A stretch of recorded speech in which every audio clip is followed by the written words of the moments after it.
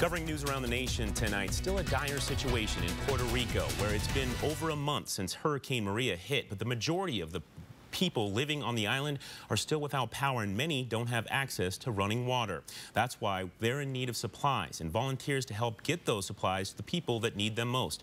We spoke to one Spokane man who just got back from 3 weeks there, an experience he calls informative and uplifting.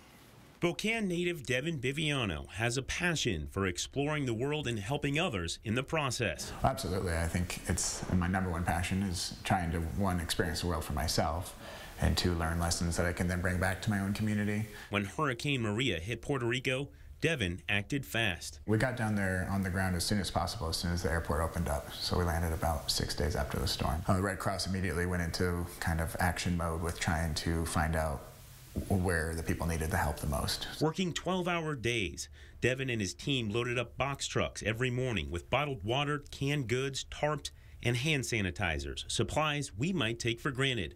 They spent hours driving in between villages, passing down power lines, destroyed homes all along the way. Everywhere they went, hundreds of people were waiting. But I couldn't believe how patient they were, not only with their situation, but waiting in line for hours and hours and hours. Each person picking up supplies for their families at home. A woman who showed up in line, and my friend was holding a bag of fruit, and she started crying because she saw the fruit. So then he started crying because she was crying about the fruit, and it was quite touching. They came not only for themselves, but to make sure their neighbors got what they needed too.